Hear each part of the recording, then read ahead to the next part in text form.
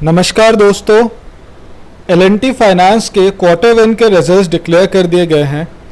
इस वीडियो में हम लोग एल&टी फाइनेंस के क्वार्टर वन के रिजल्ट्स का डिटेल एनालिसिस करेंगे, उनके क्वार्टर ऑन क्वार्टर परफॉर्मेंस का कंपैरिजन देखेंगे। इसके अलावा मैनेजमेंट ने एल&टी फाइनेंस के बिजनेस को कोविड-19 पैंडमिक के दौरान चलाने को लेकर जो भी चैलेंजेस आए एंड इस बिजनेस के फ्यूचर आउटलुक को लेकर जो भी गाइडेंस से रिलेटेड कमेंट्री की, उसके भी मेन डिटेल्स मैं आप तक इस वीडियो में पहुंचाऊंगा, ताकि इन डिटेल्स के बेसिस पे आप अपने इन्वेस्टमेंट के डिसीजंस प्रॉपरली इन्फॉर्म्ड होकर ले सकें। तो दोस्तों, इससे पहले कि मैं इस वीडियो की शुरुआत करूं, अगर अभी तक आप लोगों ने मेरे चैनल को सब्सक्राइब नहीं किया है तो प्लीज़ मेरे चैनल को सब्सक्राइब कर लीजिए और बेल आइकन को प्रेस कर लीजिए, ताकि स्टॉक मार्केट से रिलेटेड जो भी न्यूज़ मैं अपने चैनल पर पोस्ट करता हूँ वो आप तक अपडेटेड फैशन में पहुँचती रहे। आइए दोस्तों, अब इस वीडियो की शुरुआत करते हैं। दोस्तों, अगर क्वार्टर वन के नंबर्स के कंपैरिजन की बात करें तो एल&टी फाइनेंस के नंबर्स कहीं से भी अच्छे जाते हुए नहीं दिखे हैं। अगर आप देखें, इनके इनकम में अराउंड 6% का डिक्लाइन इनको देखने को मिला है। पिछले साल यानी कि अप्रैल टू जून क्वार्टर ऑफ 2020 में जहां टोटल इनकम 3,594.54 करोड़ का रजिस्टर किया था एल&टी फाइनेंस ने, वही इस साल यानी कि अप्रैल टू जून क्वार्टर 2021 में टोटल इनकम 3,387 करोड़ का ही रजिस्टर करने में सक्सेसफुल रही है एल&टी फाइनेंस। दोस्तों, वहीं अगर नेट प्रॉफिट्स की बात करें तो उसमें तो और बुरा हाल है। अराउंड 3/4 ऑफ इनका प्रॉफिट वाइप ऑफ हो गया है कोविड-19 की वजह से।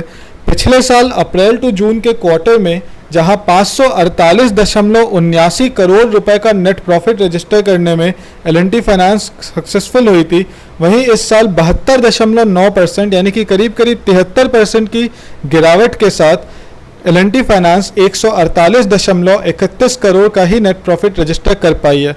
तो दोस्तों, इस नंबर से साफ है कि इनके जो बिजनेस में कोविड-19 की वजह से हैवी इम्पैक्ट दिखा है। आइए दोस्तों, अब इनके मैनेजमेंट के रिलेटेड जो मैनेजमेंट ने कमेंट्री की उसको भी एक बार देख लेते हैं एंड कुछ और की टेकअवेज देख लेते हैं इनके क्वार्टर वन के रिजल्ट्स से। दोस्तों, एल&टी फाइनेंस ने मैनेजमेंट ने बोला कि profitability for the quarter was largely impacted due to interest cost on enhanced liquidity, lower fee income and most importantly incremental provisions taken to strengthen the balance sheet against the after effect of the pandemic। तो दोस्तों, आप समझ सकते हैं कि because of the pandemic इन लोगों को अपने पास कैश ज़्यादा रखना पड़ रहा है, उतना ज़्यादा लोन ये देंगे नहीं, तो लिक्विडिटी जो इनके पास रह रही है, अगर वो उसको लोन देते तो उस पर इनको इंटरेस्ट ज़्यादा मिलता। तो सिंस वो पैसा उनके खुद के पास उन्हें रखना पड़ रहा है पैंडमिक की वजह से, तो इसलिए उनको वो इंटरेस्ट कॉस्ट भी उनके पास आ रहा है। जो इनका एक, जब ये लोन्स देते हैं तो हर लोन पे एक फ़ी लेती है एनबीएफसी कंपनीज, तो सिंस ये लोन्स कम डिसबर्स कर पा रहे हैं तो वो फ़ी इनकम भी इनकी कम हो रही है।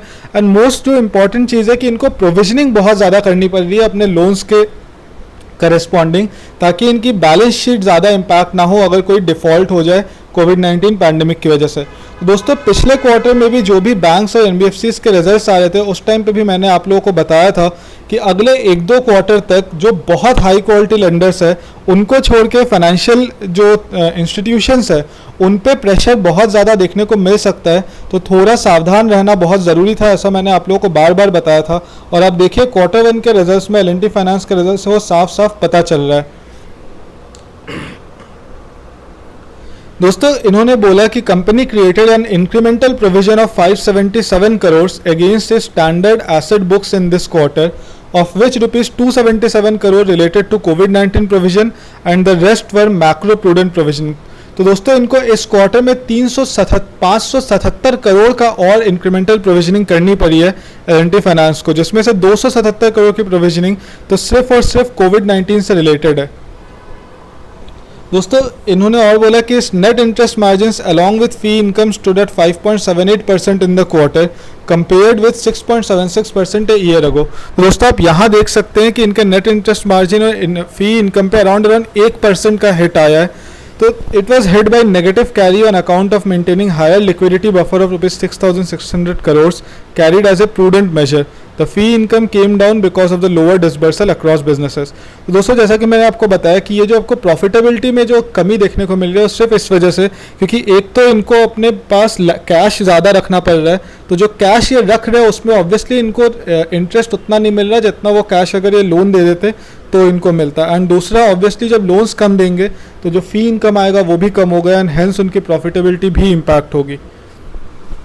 दोस्तों इनके जो एमडी एंड सीईओ है मिस्टर दीनानाथ दुभाषी, उन्होंने बोला कि the results of this quarter should be seen less as a quarterly result and more from the view point of fortifying the company from any challenges arising in post covid scenario. तो उन्होंने बोला कि इस result को quarterly result की तरह नहीं देखा जाना चाहिए, इसको इस तरीके से देखना चाहिए कि कोविड-19 के बाद जो वर्ल्ड में सिनेरियोज क्रिएट हो रहे हैं, आपको पता है कि सारे ही बिजनेसेस लॉकडाउन की वजह से इम्पैक्टेड है। छोटे बिजनेसमैन वगैरह को अभी भी वीकेंड्स वगैरह पूरे लॉकडाउन चल रहे हैं, वीकडेज पे भी मार्केट्स में 3 दिन अलाउ कर रहे हैं एक साइड की दुकानों को खोलने के लिए एंड 3 दिन दूसरी साइड की दुकानें खुल रही है। तो सारे ही बिजनेसेस मोर और लेस 30-40% अपने प्री कोविड टाइम्स के ऑपरेट कर पा रहे हैं अभी जो छोटे बिजनेसेस हैं। तो उन बिजनेसेस को जो भी लोन इन्होंने दिया हुआ है ऑब्वियसली उनमें डिफ़ॉल्ट के चांसेस बढ़ गए हैं। तो इसलिए प्रोविजनिंग करना एंड लिक्विडिटी मेंटेन करके रखना बहुत ज़रूरी है इस एल&टी फाइनेंस के बिजनेस को चलाने के लिए।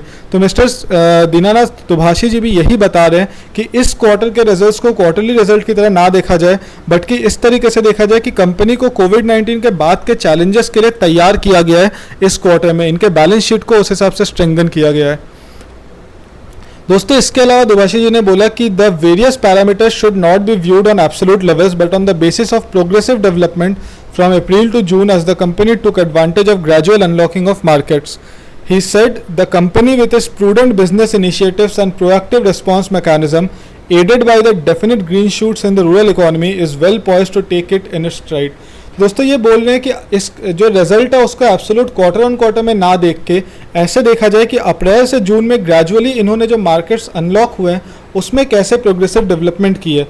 एंड ऑब्वियसली जो रूरल एरियाज़ में अब वापस एक शूट देखने को मिल रहा है, तो कंपनी के पास सिंस बैलेंस शीट स्ट्रांग हो गई है कंपनी के पास, तो वो उस एरियाज़ में लोन्स वगैरह देके उसका प्रॉफिट निकाल सकती है company in the future months.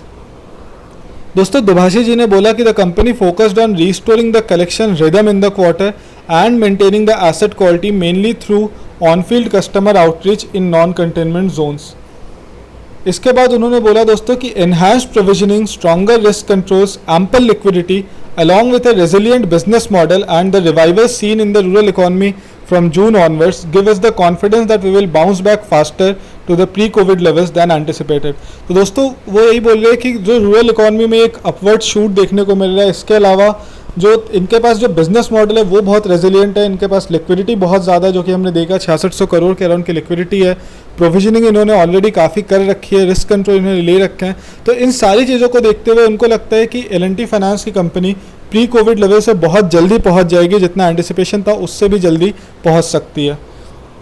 दोस्तों जो टोटल एसेट अंडर मैनेजमेंट है एल&टी फाइनेंस का, वो Q1 ऑफ FY21 में 58,362 करोड़ का रह गया है, जो कि अराउंड 20% का डिक्लाइन है। पिछले साल इसी क्वार्टर में 73,497 करोड़ का टोटल एसेट अंडर मैनेजमेंट था एल&टी फाइनेंस का। तो दोस्तों एल&टी फाइनेंस के रिजल्ट्स में ऑब्वियसली थोड़ी कमज़ोरी देखने को मिली है, बट करेंटली मैं फिर बोलूँगा कि अब आपको धीरे धीरे फाइनेंशियल कंपनीज़ में आपको बहुत सतर्क रहना, बहुत ध्यान से बहुत अच्छे क्वालिटी की कंपनीज़ ही आप लीजिए। ऐसे टाइम्स में फाइनेंशियल कंपनीज़ पर स्ट्रेस ज़रूर 1-2 क्वार्टर तक देखने को मिलेगा।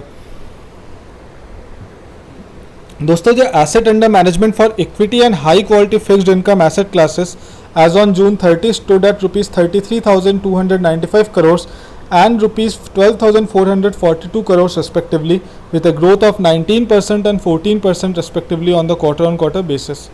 तो दोस्तों एल&टी फाइनेंस के Q1 के रिजल्ट्स के एनालिसिस में आज इतना ही। अगर आप लोगों को ये वीडियो पसंद आया हो तो मेरा चैनल को सब्सक्राइब करना मत भूलिएगा और अपने दोस्तों के साथ भी इस वीडियो को शेयर ज़रूर कीजिएगा। धन्यवाद।